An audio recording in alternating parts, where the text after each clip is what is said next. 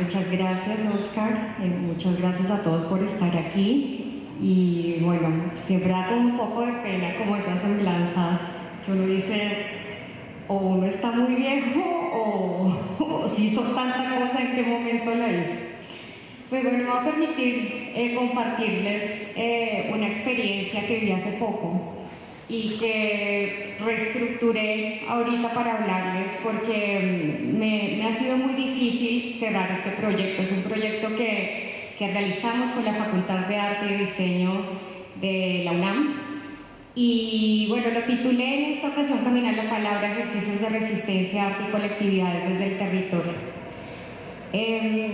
Voy a permitirme leer un poquito solamente para guiarme y como para contextualizarnos el por qué el proyecto de esta Bienal fue tan diferente y tan disidente y pues en cierta parte resiste a quizás a los sistemas tan complejos pero también tan enquilosados del arte contemporáneo. Era marzo del 2020 y se daba la mayor marcha hasta ahora convocada para el 8 de marzo para el Día Internacional de la Mujer en la Ciudad de México. Más de 969 feminicidios en lo que iba el año antecedían el clamor generalizado de declarar la alerta de género a nivel nacional. Septiembre de 2020. Inicia el estallido social en Colombia. La a causa de las reformas tributarias, de salud y de falta de conciliación y apoyo a las personas que firmaron la paz a través del plebiscito, nos llevaron a las calles.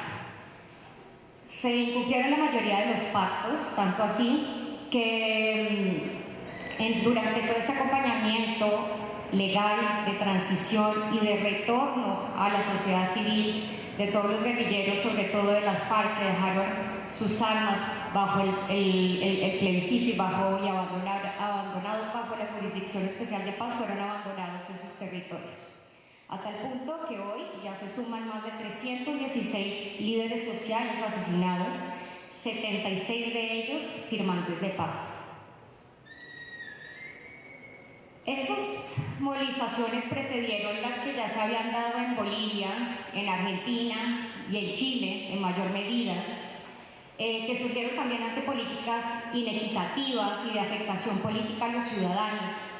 Todos bien recordamos a las abanderadas jóvenes en uniforme escolar en la plaza de Vallecano, en Chile, que burlando el pago del metro iniciaron uno de los principales movimientos de estallido social en las últimas décadas en América Latina, ante el incremento de la tarifa de transporte público y a las que ahora, yo espero, Boric les debe una gran parte de su puesto en el poder. Ojalá les haga por lo menos un antimonumento.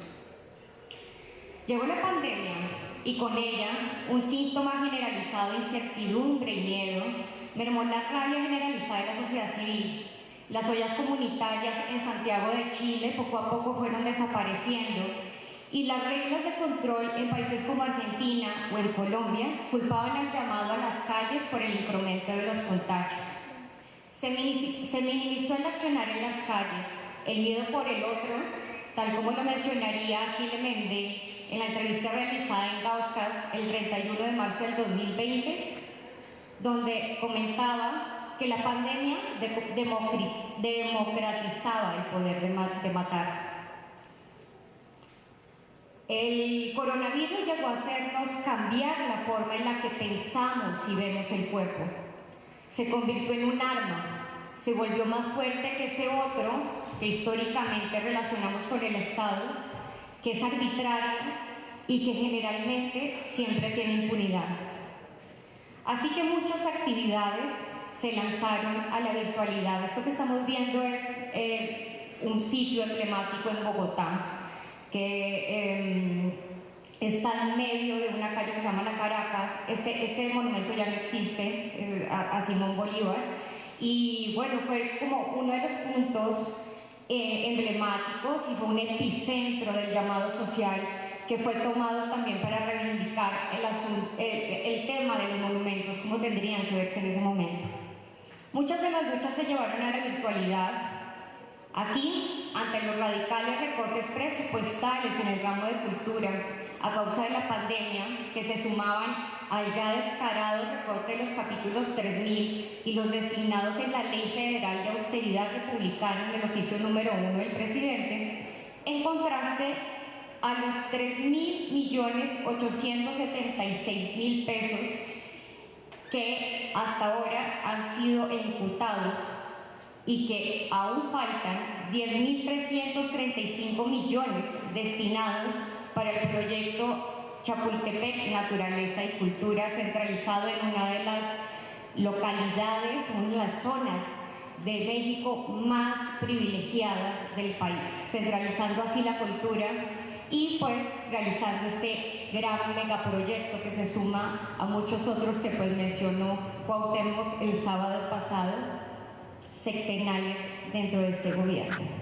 Es así que pues bueno, nos lanzamos a la virtualidad. Este es Luis Vargas Santiago y yo, que participamos de una actividad que convocó el movimiento No Vivimos del Aplauso, que fue una maratón virtual nacional en la que se intentó escuchar la mayoría de los estados y sus precariedades, en contraste con la ejecución presupuestal de este megaproyecto llamado cultural, entrecomillado, porque pues es un proyecto más de urbanización y de utilización del espacio público. Volviendo a Colombia, voy a ponerle acá pausa. En abril del 2021, un colectivo de organizaciones indígenas de Colombia se movilizó un fin de semana en la ciudad de Cali para unirse a la ola de manifestaciones que habían sacudido el país en los últimos, en ese momento, más de 20 días y debilitando el gobierno o exigiendo la salida de Iván Duque de la presidencia. Quienes realizaron este movimiento no fueron más que diferentes agrupaciones indígenas que se consideran en mi país como la Minga. La Minga es un grupo de consenso en la que se reúnen voces para un fin común. Y ahorita vamos a ver el video, van a ver lo que dijo el noticiero y ya luego les voy a contar lo que dijo la gente que estaba ahí.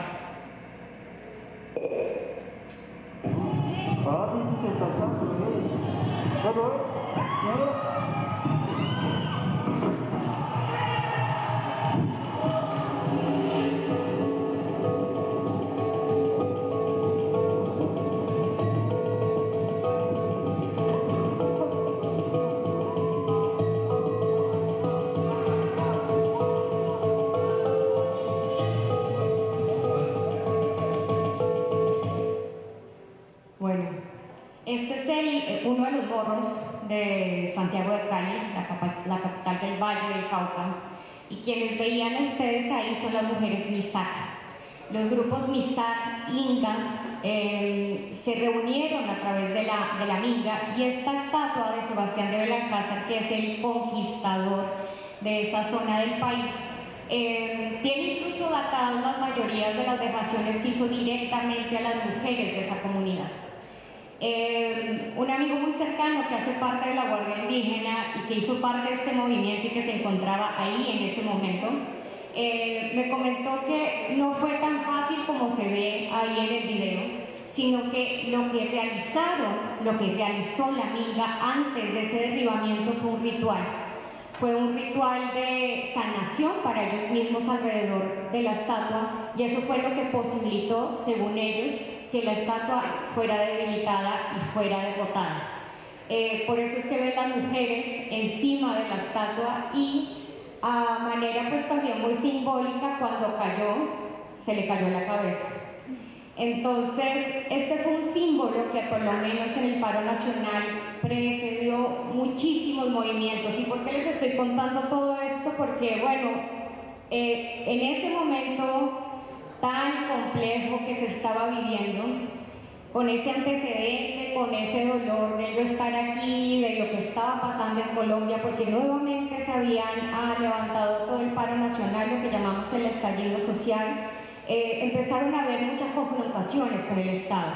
Hubo muchas víctimas de jóvenes como ustedes en las calles que ya estaban tan desesperados que no tenían absolutamente nada, porque vivir realmente, porque pues no tenían salud, no iban a tener educación, no estaban teniendo ni siquiera la posibilidad de vivir tranquilos porque estaban matando a los líderes sociales que acompañaban su lucha, pues decidían poner el pecho en las calles. Viviendo ese complejo panorama, me llaman de la Facultad de Arte y Diseño de la UNAM y me dicen que quieren hacer una bienal. Su entonces director Gerardo García Luna me invita a proponer el esquema para su tercera bienal. Como era el último año de su gestión, ¿por qué no? Considera que en esta ocasión, y bajo el mismo esquema económico, el evento debe abarcar no solo México, sino también el resto de América Latina y el Caribe, además atravesando una pandemia. Yo un tanto reacia a la idea de las bienales y tenemos como en mente lo que pasa en Venecia, donde ni siquiera los venecianos disfrutan la propia bienal, lo que pasa en Kassel, que termina siendo una ciudad donde se imposta una bienal y no se involucra a la gente. Sí, han habido muchos esfuerzos, están los coristas dentro de las bienales pedagógicas, pero realmente la gente no se involucra dentro de las bienales. Decidimos pues con un equipo maravilloso en el que tuve la fortuna de colaborar, proponer Resistencia Intangible, ideas para posponer el fin del mundo. Un esquema de bienal diferente que incluyera los parámetros ya impuestos por la Casa de Estudios, que era que se tenía que convocar colectivas que tuvieran una vinculación universitaria, solamente se aceptaban colectivas y ese era el único requisito. Lo que decidimos hacer fue, también teniendo todo este panorama contextual, ser coherentes con lo que estaba aconteciendo, y se supone pues que el arte contemporáneo debe responder en cierta parte a las necesidades de nuestro tiempo. El escenario de COVID no era muy esperanzador y las expectativas de abarcar Latinoamérica con el mismo esquema presupuestal, repito, tampoco lo era. La convocatoria se hizo de esta manera, delimitando diferentes problemas que nos atraviesan dentro de América Latina, como ejes curatoriales, y un poco dentro de una experiencia muy experimental, intentando confirmar que lo que nos hermana como Latinoamérica no es el asunto idiosincrático, ni la cultura, ni los saberes, ni los pueblos originarios que ya vimos, que no se llaman, o sea, que no deberíamos denominarlos como pueblos indígenas, porque no son unos solos, sino son muchos. Lo que realmente nos atraviesa y nos hace símil son los problemas que nos atraviesan como pueblos que fuimos colonizados. Y entonces, de esta manera, realizamos la Bienal, que inició efectivamente muy experimental, y bueno, la verdad, en eso sí agradezco mucho a la Facultad de Arte y Diseño que me hayan permitido tener como las facilidades y también la apertura para realizar algo diferente. Les propusimos llamar a colectivas que estuvieran alrededor de América Latina y el Caribe, que ya tuvieran experiencia en el trabajo comunitario, o sea, que ya fueran, que fueran colectivas responsables. Y ahorita les voy a decir por qué. O sea, que para que nosotros propiciáramos una colaboración de largo aliento con ellos y de esta manera generar una vinculación o un sistema de redes entre colectivas en toda América Latina. Esa era nuestra intención inicial. Este es un poquito el calendario de las activaciones y el resumen de las aplicaciones en la convocatoria. Bueno, acá están como estos esquemas que les encantan a quienes hacen comunicación, pero fueron 340 preinscripciones, de las cuales fueron 70 aplicaciones en total, de países como México, Guatemala, Costa Rica, Colombia, Brasil, Bolivia, Uruguay, Argentina y Chile. De ellas, devinieron 9 proyectos, los cuales se ubican de esta manera en una exposición que van a tener la oportunidad de ver virtualmente, que tienen ahorita, cuando puedan, cuando terminemos la conferencia, accedan desde su celular. Decidimos hacer este mapa que delineaba las conexiones entre cada una de las colectivas de manera también un poco topográfica, y pensando que la virtualidad nos había llevado a escenarios totalmente, o deberían ser oníricos y utópicos, pero las plataformas que veíamos de exposiciones virtuales terminaban siendo las mismas salas museográficas de los museos a los que podemos ir físicamente, que no sé por qué se hacía eso, pero en el escenario virtual. Eran un montón de SketchUps y renders con las mismas obras puestas en las paredes y dices, bueno, ¿qué pasó con la creatividad del ámbito del diseño, la museografía y la misma curaduría? Entonces decidimos hacer este mapa, el cual es un mapa también de afectos, y de esto lo digo con mucha seguridad porque lo que más generó la Bienal fue un trabajo articulado de escucha. ¿Por qué resistencia intangible?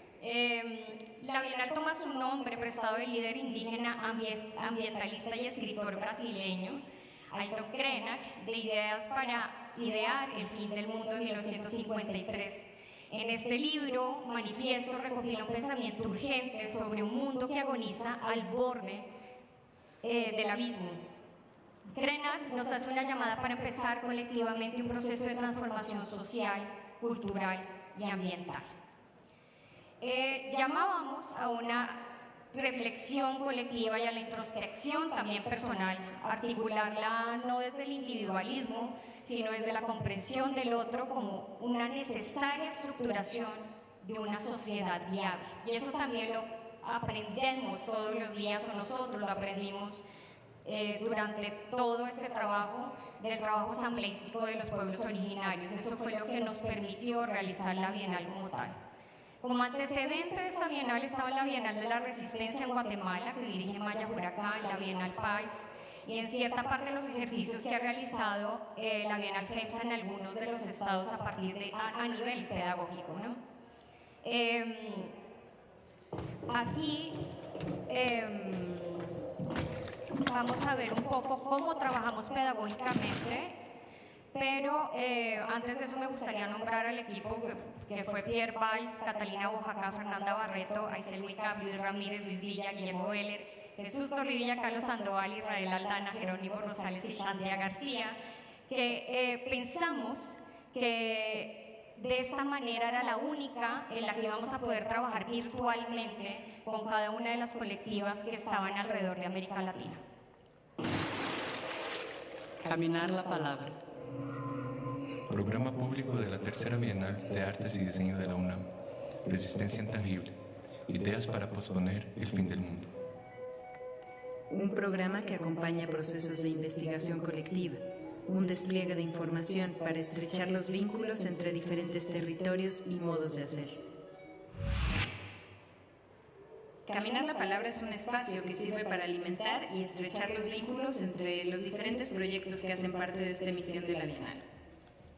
Caminar la Palabra también es una serie de experimentaciones en cómo transitar espacios, mapear procesos, generar imágenes, compartir y hacer fluir las ideas. El mandala es un diagrama de... Este es un ejercicio, y por eso pensaba de qué manera, ayer, el sábado que hablamos de colonización, de qué manera tenemos que pensar las cosas para articularnos de una manera diferente. Y empezamos a tomar herramientas que generalmente no se toman a nivel curatorial, que se realizan mucho más a nivel pedagógico, que no están ligadas a la academia en sí y que involucran otro tipo de pensamientos. Fernanda Barreto, directora del programa pedagógico, ideó esta mandala que ahorita va a explicar sobre cómo trabajar con los colectivos y sus expectativas. De trabajo inspirado en las mandalas utilizadas en las tiradas del tarot y en las cartas astrales. Son estructuras divididas en 12 casas y cada casa se rige por un signo zodiacal. El mandala es un juego de orientaciones, de espejos, que abre el campo para entender el otro a partir de su universo, promover reflexión, ampliar la percepción y acceder a la conciencia. Este diagrama toma estas referencias y es pensado como una herramienta de trabajo para profundizar algunas cuestiones relativas a los proyectos y al trabajo con las colectivas. En esta configuración, el mandala fue estructurado en 8 casas, que invitaba a cada colectiva a preguntarse sobre sus procesos y proyectos desde diferentes perspectivas. Cada casa profundiza un aspecto tanto interno como externo en relación al proyecto. La idea era poder mapear cuestiones muy puntuales relativas a los procesos de trabajo colectivo. 5 minutos para realizar 7 preguntas. Este fue otro ejercicio y ese día que Cuauhtémoc hablaba de qué manera nos podemos acercar, ¿no?, a las comunidades de los pueblos originarios, de las naciones originarias, nos dimos cuenta que sí había que haber muchísimo diálogo, pero más que diálogo teníamos nosotros que escuchar, teníamos que aplicarnos a una escucha atenta y totalmente empática al conocimiento que ellos nos estaban brindando a través de su trabajo ya experimentado con cada uno de los territorios a través de las colectivas.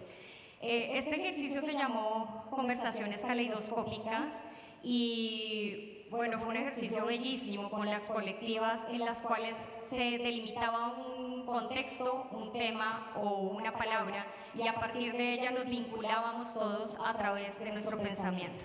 Vamos a un poquito. En torno a este concepto, todo para intentar profundizar y desarrollar pensamientos más complejos.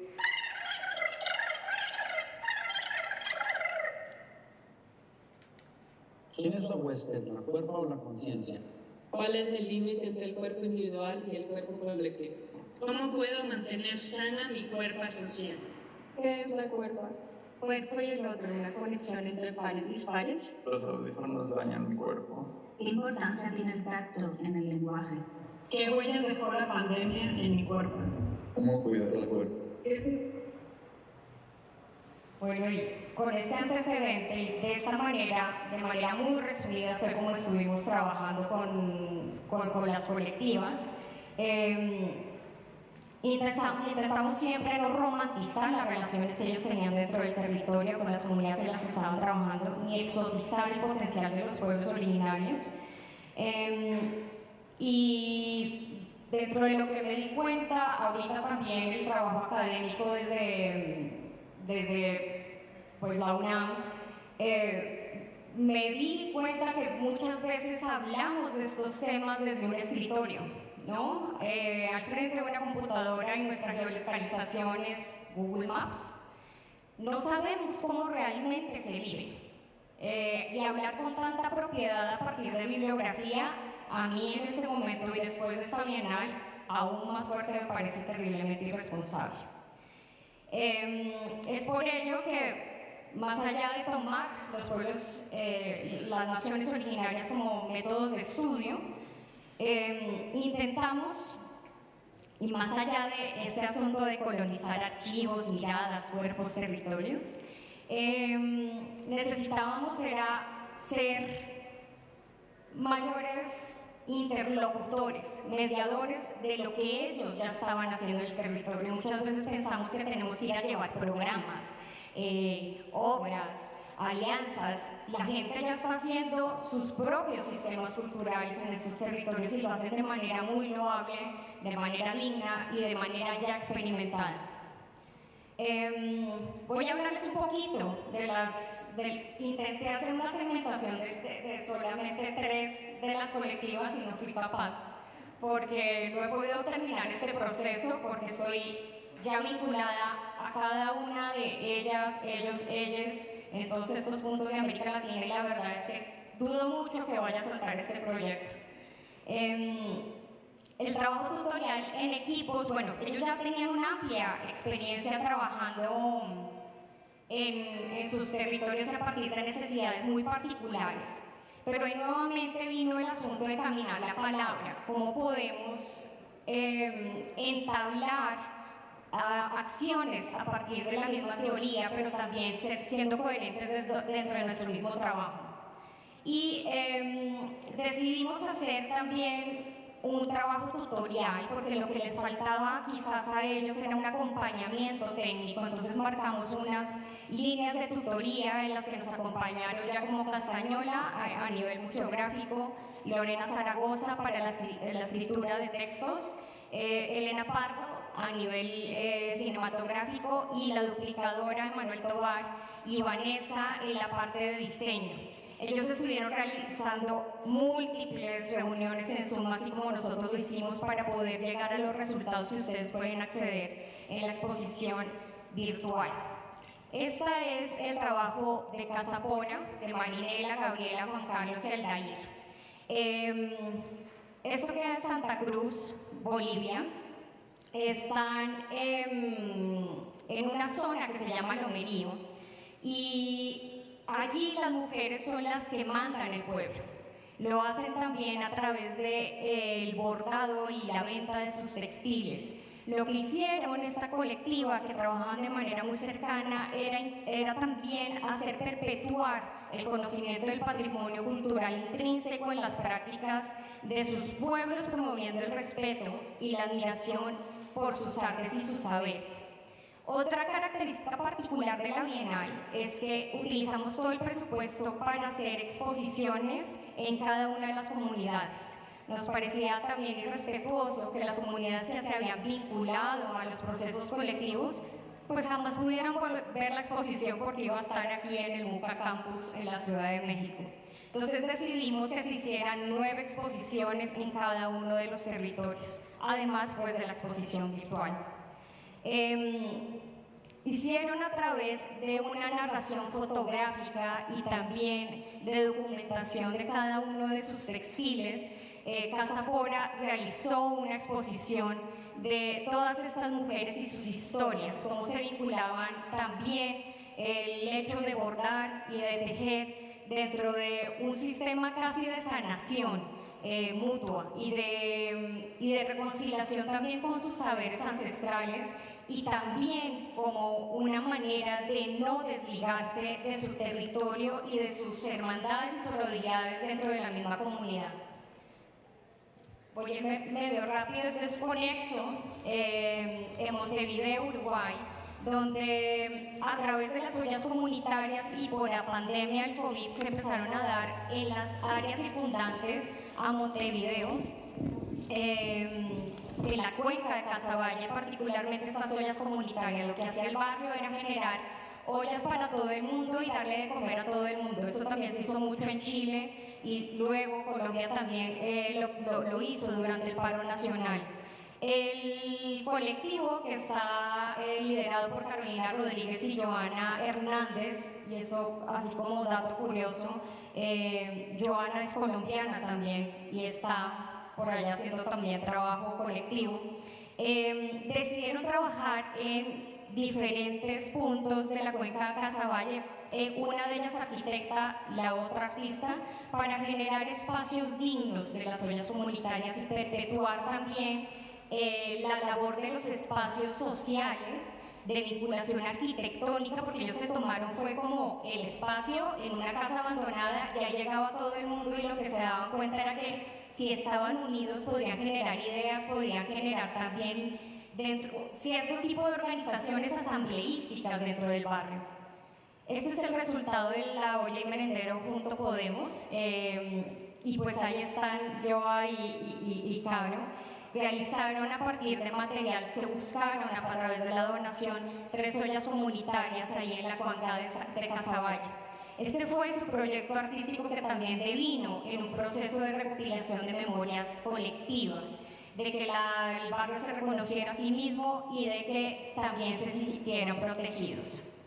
Estudios interdisciplinarios de educación aborigen de Altos de la Sierra, en Salta, Argentina. Ellos son Wiwi y Xiomara, que también son colombianos, pero terminaron yéndose a Argentina por asuntos de la guerra. Fueron perseguidos por ser líderes sociales y terminaron en Salta y empezaron a trabajar con la comunidad de Salta, que es un sitio bastante desértico, pero que han hecho una articulación de sus ciclos de cosecha a partir de la algarroba, las carnes magras, muy particular. Y lo que decidieron hacer es el campo, bueno, y la siembra, logran soberanía e independencia. Ellos no tienen, lo que hacen es la práctica del trueque. Truecan semillas a cambio de cierto tipo de alimentos y reconocen dentro de este tipo de prácticas un calendario que no es el occidentalizado que les vende la agricultura. Es uno propio, y en el resultado de la exposición pueden ver el calendario que ahora hace parte de los libros de educación primaria de la comunidad de Lomería. Todo se hizo a partir como del apoyo de las tutorías. Ahí está Wiwi en una de las bibliotecas del espacio, donde se realizó también como un mapa geográfico y también de la fauna y flora particular de este espacio. Niñas Anómalas de Ciudad de México son un colectivo que está compuesto pues, por estas dos muy jóvenes niñas, Samantha y Rocío, Samantha Sánchez y Rocío Cuevas, que creen y consideran y han trabajado mucho con mujeres vulneradas por la violencia en la Ciudad de México.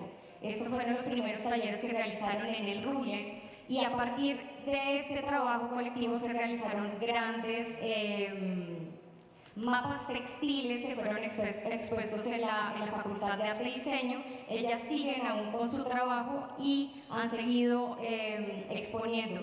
Es un poco también el trabajo de vinculación con otras mujeres de otros contextos, de otras ciudades, para pensar en el bordado como un efecto de sanación colectiva que atraviesa también la corporalidad. Estos son como los resultados de algunos de los trabajos que están ahí, que fueron manuales que pueden aplicar dentro, pues cualquiera de ustedes en el trabajo, en sus casas, pueden aplicarlo, y es un manual tal cual de cómo vincular el afecto con el bordado. Esta es la Polinizadora Oaxaca, un colectivo que está conformado por María García Ibáñez, artista plástica, y por Gabriela León, que también hace performance y también es artista plástica. Y lo que realizaron ellos fue una articulación, como póngale unas Humboldt contemporáneas, de lo que se estaba cultivando en la ciudad de Oaxaca, y a través de un circuito de amigos cercanos, artistas, gente de Jalaclaco, realizaron un primer proyecto que se llama Cochera al Servicio, en el que la gente sembraba, llevaba lo que tenía, lo que dio la semana, y allá intercambiaban. A partir de eso se dieron cuenta que no solamente era posible compartir los víveres, sino también compartir saberes. Entonces decidieron hacer también un manual que van a poder encontrar en la exposición web, y que también es descargable. Al mismo tiempo fueron a Coquitancillo. Esto queda en la costa de Oaxaca, muy cerca de Juchitán, y este mercado pues fue derribado por el terremoto del 2017, y pues fue abandonado también como cualquier proyecto gubernamental, y las mujeres allá a lo que se dedican es a vender en el mercado. Entonces lo que decidieron hacer tanto Gabriela como María fue rescatar este espacio como un espacio de fiesta, y hacerles una fiesta a cada una de las mujeres que hacen parte de esta transmisión de no solamente conocimiento, sino también quienes alimentan a todo el pueblo. Entonces, bueno, hicieron como una gran fiesta de intercambio en la que las mujeres fueron vestidas con flores, y en las que se pusieron guindarazá en los papeles picados, en las que hubo música, y en las que se enalteció el trabajo colectivo de ellas, quienes habían sido abandonadas durante tanto tiempo pues por la infraestructura que nunca se realizó. Este es uno de los manteles que hizo María y que todavía anda por ahí, también está en la exposición. Este Resident, el proyecto se llama Festín Barrial. Ellas están en Pachuca, son también muy jóvenes, y lo que han realizado María Fernanda, Alejandra e Ilse es en esta amplia zona de El Arbolito, La Españita y El Porvenir, que son barrios mineros de Pachuca, generar un circuito, y en este pues voy a ser muy breve porque las actividades son tantas, o sea, son cientos de actividades, hacen prácticamente 2 a la semana. El colectivo, ellas son las más activas, pero son más de 23 personas trabajando en hacer recolección de basura, en hacer murales, en hacer recopilación de memorias de estos 3 barrios, en hacer enaltecimiento y identitario. Y a partir del ejercicio que les mostré de las mandalas y de las colectividades de la palabra, hicieron este mismo ejercicio con toda la comunidad. La llamaron a asambleas y les decían qué piensan del arbolito o qué piensan de nuestra comunidad. y la gente empezó a expresar qué era lo que sentía de sus mismas zonas y barrios. Entonces, tapizaron estos 3 barrios con las frases, a manera también de recopilar los sentires, pero también las palabras y el trabajo articulado de todos ellos como asamblea. Lo que ahora están haciendo es que se han vuelto tan fuertes que es difícil que entre los partidos políticos. Entonces pensaba yo en cómo se vinculaba a lo que pasó en Cherán en el momento en el que pues, fueron vulnerados por los taladores de árboles. Estas fueron como algunas de las comisiones.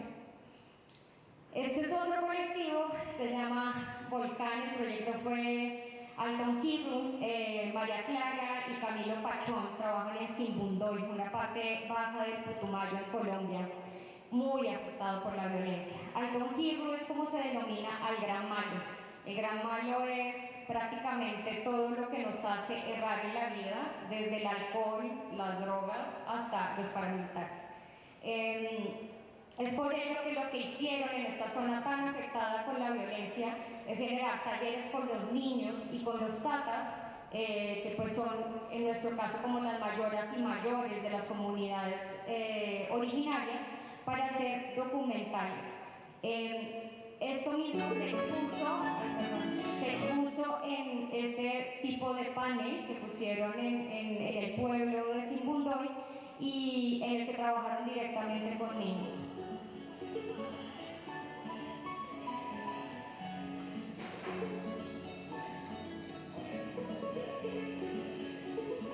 Bueno, también van a ver el textil siempre presente como una manera de recorrer la historia, ¿no? O sea, los caminos, los ríos, como nos lo mostraba,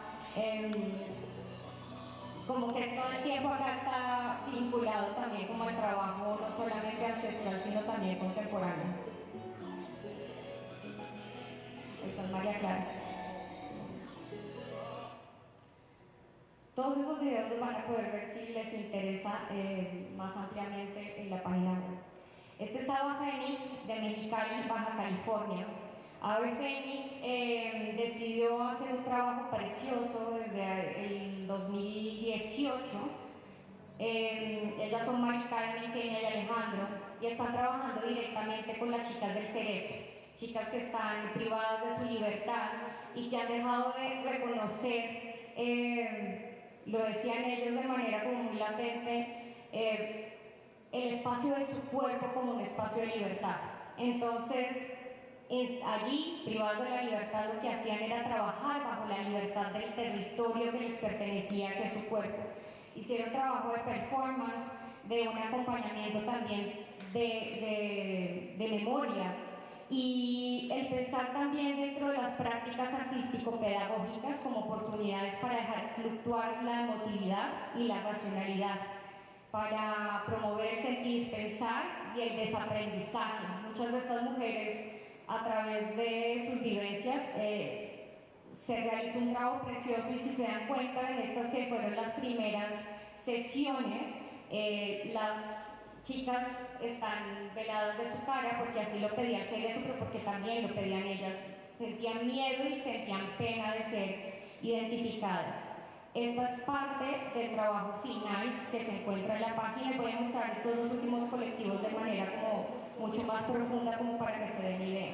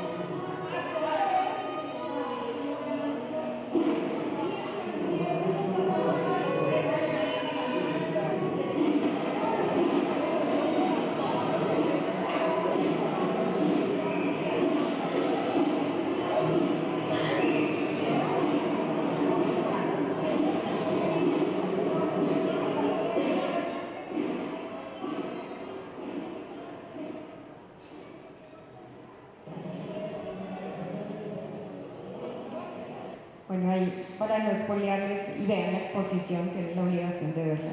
Pero comparten vivencias muy personales. Recopilaron, Fénix recopiló una pieza de audio que es preciosa, hizo varios cortos a partir del trabajo corporal de ellas y de sus experiencias.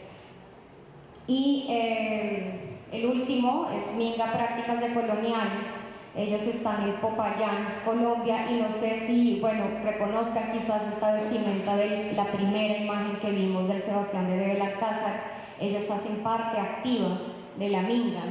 Y un poco con este antecedente del Sebastián de Belalcázar, Edison Quiñones, Estefanía Puyuma, y Miller Muñoz y el Taita Misak, Lorenzo Tunubalá, decidieron secuestrar, literal, a este señor que ven ustedes ahí, que es Guillermo León Valencia.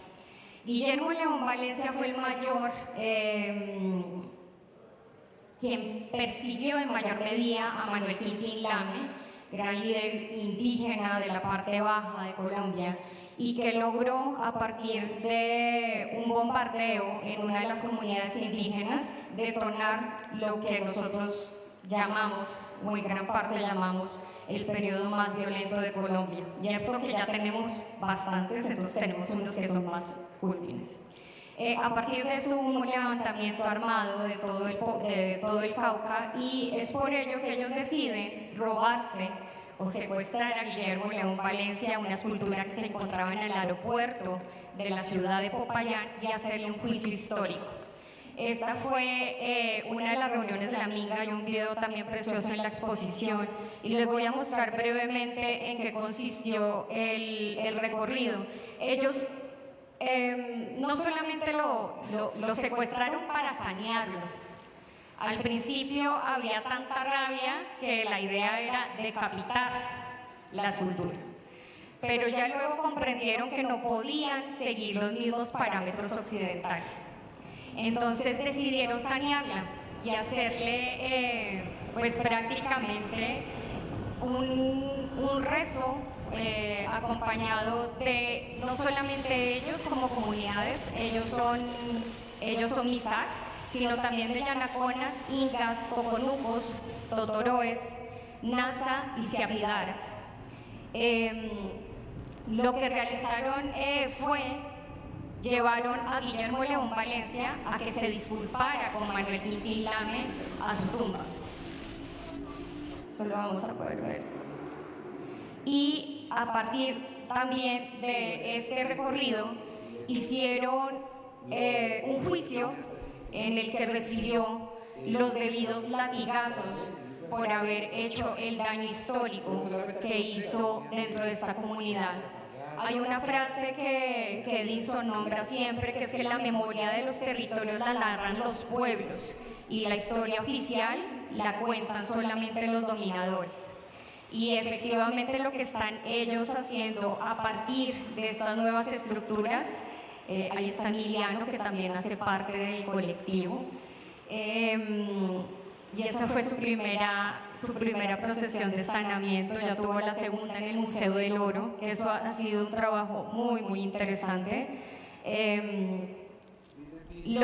Acá están en la tumba de Manuel Quintín Lame, y todo el tiempo llevaron a cuestas esta escultura de bronce.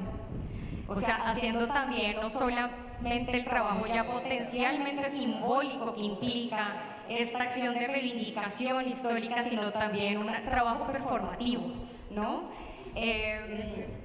Fueron a recopilar diferentes testimonios de los compañeros de lucha de Manuel Quintín Lame, y a partir de eso generaron diferentes exposiciones que ya luego fueron mostradas no solamente en la ciudad de Popayán, sino también a través del Salón Nacional de Arte. Ahí nuevamente está, y estuvo presente todo el tiempo Guillermo León Valencia, el gran colonizador. Bueno, acá ven, si no estoy mal, Edison, maravilloso artista contemporáneo colombiano, ahorita nominado al premio Luis Caballero en Bogotá. Todo este recorrido, creo que están ellos le llaman pagamento, a este ritual en el que están los tatas, Misa, que son los que hacen directamente la acción, y en los que se consume o se mambea coca. Para nosotros y para esa zona del país, y bueno, para gran parte de Colombia, la coca es una hoja sagrada, es una coca que se mambea para poder acercarse a cierto tipo de experiencia, sobre todo al trabajo arduo que implica la subida y bajada de montañas. Colombia está atravesada por 3 cordilleras. Entonces, para nos ahora hay un asunto también político interesante que valdría la pena como comentar, que el nuevo gobierno entrante de Gustavo Petro dio unas palabras muy interesantes en la ONU de cómo se ha satanizado una hoja que para los pueblos y las naciones originarias es una hoja sagrada, pero para ellos se ha convertido en un asunto de consumo ilimitado y en el que no atienden dentro de sus políticas públicas, echándonos a nosotros como pueblos colonizados toda la culpa. Creo que un poquito más adelante.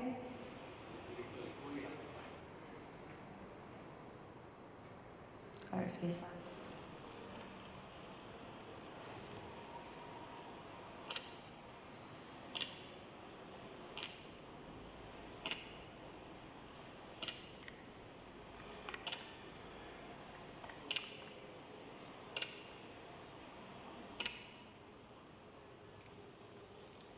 Y bueno, ahí está su juicio simbólico y en su pagamento habrá esta misma acción muy similar, pero más bien de enaltecimiento la han realizado en sitios arqueológicos como en San Agustín, en el Huila y en el Museo del Oro en Bogotá.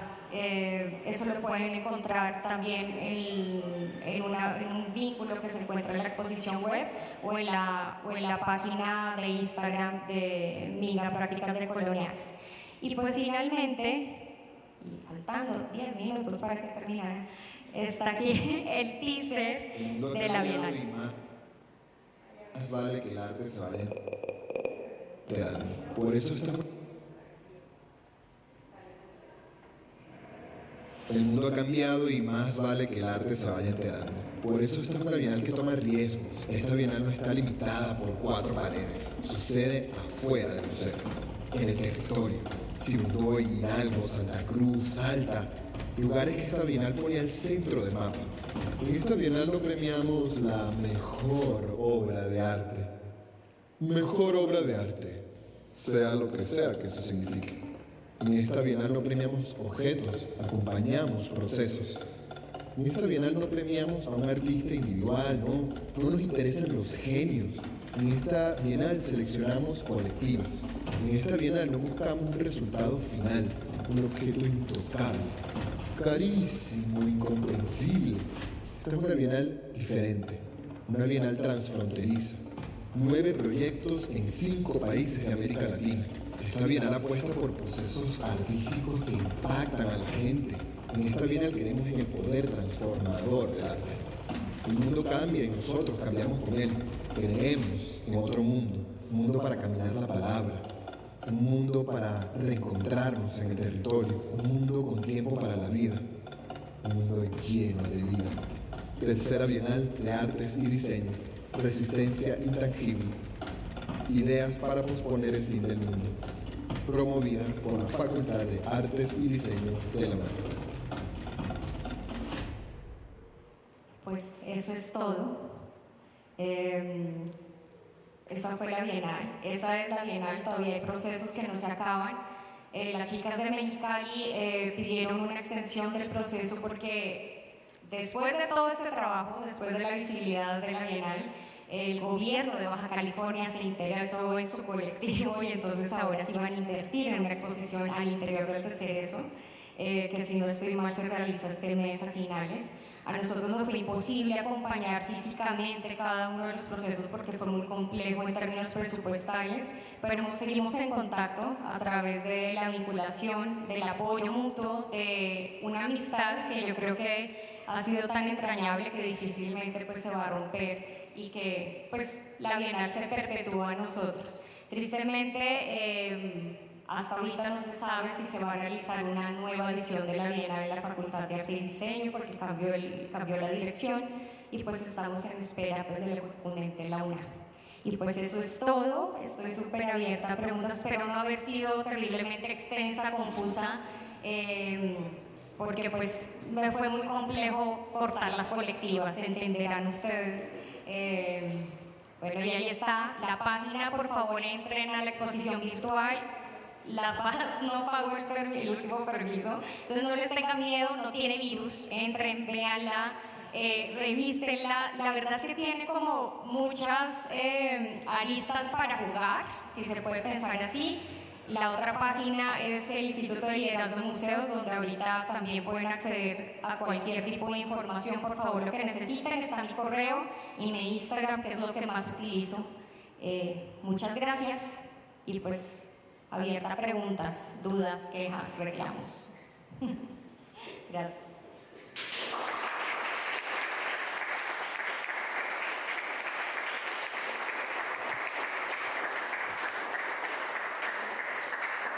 Felicitarte, Paula, está padrísimo el proyecto. Yo me quedo con varias inquietudes. Una, ahí va. ¿Cómo reaccionó la FAD ante esto? O sea, porque estás rompiendo el esquema de las bienales, que es un tema pues, muy complicado en nuestro país, porque parece ser que las bienales cuando se hacen ya no pueden cambiar de formato, ¿no? Nosotros nos hemos, bueno, yo en mi experiencia me he enfrentado a eso muchos años. Otro tema que creo que me gustaría saber es si esto se va a volver a replicar, porque el trabajo del colectivo y dar seguimiento es lo más difícil y eso sí es costoso. Eso es lo más costoso, poderle dar, digamos, visibilidad a los trabajos después, ¿no? Cero del marco de la Bienal y de esto digital, ¿no? Sí. Y la tercera, lo que más me gustó fue el hecho de que los curadores y los artistas dejamos ser los curadores y los artistas para escuchar a la comunidad. Eso es un proceso de mucha empatía, de mucha escucha muy resiliente, ¿no? Yo me acuerdo que cuando la pandemia leí a una teórica boliviana que me gustó mucho, que dijo que la pandemia pues no era solo el problema de la pandemia, este problema físico y fisiológico, parar al mundo, sino que dentro de la pandemia se mostraron estas pandemias del horror, ¿no? La pandemia del hambre, la pandemia de la muerte, la pandemia de la violencia intrafamiliar, la violencia de género, la violencia del camino del medicamento y de las vacunas y de la falta de equidad en el acceso a las medicinas, ¿no? Y en que la muerte deja de tener dignidad, ¿no? Ella hablaba específicamente del caso de una ciudad en Ecuador donde los muertos ni siquiera fueron recogidos. En Guayaquil, por así es. Entonces, estaba en un contexto en donde eso pues, estaba lacerando, ¿no? Lacerando a la sociedad, aquí lo vivimos en otros lados, ¿no? Entonces, si nos puedes compartir esos tres claro. Bueno, ¿cómo reaccionó la FAD? Pues al principio estaban igual de confundidos que yo, si les soy sincera, porque estaba la idea, pero como jamás se había hecho algo así, o bueno, yo no tenía conocimientos, seguramente hay antecedentes y bueno, recurrimos mucho, sobre todo a Maya Huracán, pero siempre estaba el asunto del espacio físico y de la necesidad de que la gente viera, sobre todo las directivas, ¿no? De que vieran la gran exposición montada, las palabras, que el vino, que, pues, ¿no? O sea, como dónde está la inversión, ¿no? Fue un trabajo de cabildeo muy arduo, en el que esto resume muy poco de todo el trabajo que hicimos. O sea, el equipo hizo un trabajo enorme en búsqueda de patrocinios y en un cabildeo directo con el director de la FAD. Cuando ya mencionamos esto al aire fue en un encuentro de universidades de América Latina sobre diseño y ya para ahí ya no se pudieron echar para atrás. Lo que no tenían quizás conocimiento es que los problemas fueran a ser tan complejos. O sea, que íbamos a tomar fibras tan sensibles de la sociedad. Y con eso pues nos tocó dialogar mucho, ¿no? Y prestarnos para también escuchar las necesidades de la universidad. O sea, y también fueron bastante amplios en ese término cuando ya se dieron cuenta el nivel de compromiso. Lo que sí siento que hubo fue también una retracción como por el asunto de la divulgación. No hubo la suficiente divulgación como merecía, porque el asunto es que es muy complejo, ¿no? Sin embargo, pues más que agradecidos porque efectivamente se casaron con una idea compleja, utópica y que finalmente dio resultado, pero que podría no haberlo dado. En el seguimiento, para mí es, y creo que para todo el equipo de la Bienal, fue importantísimo trabajar con colectivas que ya estuvieran trabajando en el territorio, que ya tuvieran el compromiso del trabajo. No hay nada más triste, y se lo digo a todos aquí, por favor, no lo hagamos, no lo sigamos haciendo, ir a trabajar con comunidades por un tiempo, solamente mientras gestionamos nuestro trabajo, sale la pieza, hicimos la exposición y chao. Cuando le ofreces a la comunidad un trabajo directo, empático, cercano, tienes que comprometerte con la comunidad, no son objetos de estudio. Entonces, eso nos aseguró a nosotros de que nosotros los acompañamos y por eso durante todo el TICE se dice acompañamos procesos. Eso fue lo que hicimos, acompañamos procesos ya hechos. Y la seguridad que nos daba eso era que finalmente nosotros nos íbamos a ir, pero ellos siguen trabajando en sus comunidades. La Bienal ya no está, ¿no? La FAD ya no está, pero seguramente muchos de nosotros íbamos a seguir. O sea, con estas colectivas yo me hablo una vez al mes, no sistemáticamente, pero recurren para cualquier tipo de cosa, ¿no? Y yo les apoyo en lo que ellos requieran, no en lo que yo necesite. Eso nos aseguró esa permanencia y el acompañamiento. Al principio habíamos pensado que si había posibilidad de hacerla mucho más larga o, bueno, generar la segunda edición de este tipo de bienal, íbamos a nombrar unos embajadores territoriales que dieran seguimiento en cada una de las ciudades, pero para eso no hubo presupuesto. Entonces, pues, ¿cómo va a seguir esto? Yo creo que directamente con las colectivas. La página web ya la tomamos nosotros. Entonces, nosotros la estamos alimentando, ya no tenemos el apoyo de la FAD, sino nosotros hemos subido los procesos últimos que han realizado, o sea, pensamos seguir activándola y apoyando bajo la difusión que, como nosotros como gestores o curadores, pues nos permite el trabajo directo con las colectivas. Eso es lo que nos queda directamente con ellos. Y como tú bien mencionas, pues la pandemia, además de todo, creo que nos dio la posibilidad de reconocer el privilegio tan amplio en el que vivimos y tenemos, pero también las inequidades tan complejas que tienen nuestros países.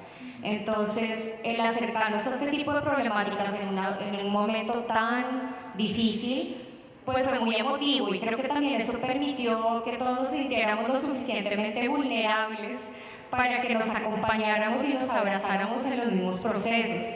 Durante este periodo fallecieron tatas, ¿no? Durante este periodo a Edison Quiñones lo estuvo persiguiendo los paramilitares y fue muy complejo. Durante este periodo Salta se inundó y toda la comunidad tuvo que recoger todos sus materiales y no pudieron hacer los murales durante un mes. Entonces, esas cosas pasan en el territorio, esas son las cosas que uno no ve desde el escritorio. Entonces, por lo menos para nosotros fue un enorme aprendizaje. O sea, yo sí siento que ha sido de los trabajos más bonitos y más comprometidos que he tenido la oportunidad de hacer. Perdón que se me corte la voz, pero sí es como un bebé. Entonces, pues, seguirá siendo como, yo creo que pues, a partir de la divulgación de esto, lo que queremos es que también se realicen cosas similares, ¿no? Hay posibilidad, no se requiere tanto presupuesto. Es cuestión de acercarse y ver de qué manera se aplican las cosas y no pensar de manera tradicional. O sea, ¿para qué nos sirve otra bienal? ¿Para qué nos sirve un concurso? Busquemos sitios que no sean las cuatro paredes, salgamos, ¿no? Seamos más barrio, más tierra. ¿Alguien más? Hablando un poco de cuestiones de presupuesto, ¿cómo lo hicieron? ¿Hubo alguna especie de apoyo por proyecto económico en especie? ¿O solo se pagó al equipo técnico que cubrió y documentó? ¿O cómo hicieron eso? No, teníamos la Bienal, cómo funcionaba hasta esta, daban cierto monto. Nosotros lo que hicimos, antes eran 15 colectivas, entonces nosotros cerramos a 10, de las cuales terminaron el proceso solo 9, y a cada una de ellas se les dio 60.000 pesos, realmente no es mucho para todo lo que hicieron. Pagaba la Bienal el equipo técnico salarios que fueron simbólicos más que nada y el compromiso es esto, o sea, así de ya llevamos en esta Bienal 3 años y seguramente van a haber más, pero pues ahí está el compromiso. Se supone que pagaban cierto tipo de herramientas técnicas como la página, pero pues eso se acaba. Camarógrafos, se hicieron videos que finalmente nunca salieron a la luz por no sé, por decisiones particulares de la dirección, pero no es una bienal que tenga mucho recurso. El recurso que utilizamos para hacer la página y la difusión fue el que se hubiera utilizado en términos museográficos.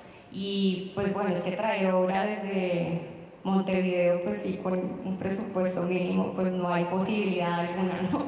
Entonces, pues esto, así como que lo que hicimos fue redistribuir y buscar, pues, apoyar a las colectivas también con muchos enlaces a partir de sus universidades, porque todas tenían relaciones con la universidad, entonces hablar con ellos, volverles a insistir, están haciendo esto, préstenles el espacio, denles para la comida, para el transporte y pues llamar, o sea, también como que este trabajo no implica ser el curador dando direcciones, implica ser el gestor que llama, que se mueve, que habla por teléfono 2 horas con el alcalde, que, o sea, pues, así toca, ¿no? Bueno, como muchos de ustedes seguramente trabajarán, toca hacer de todo, pero así se aprende, y se aprende mucho. Acá hay muchas licenciaturas de gestión y cultura y tienen mucho enfoque. O sea, eso está muy bonito. ¿Alguien más? ¿Alguna? ¿No? Pues muchísimas gracias. Muchas gracias a todos. Les pido un aplauso, por favor, para Paula.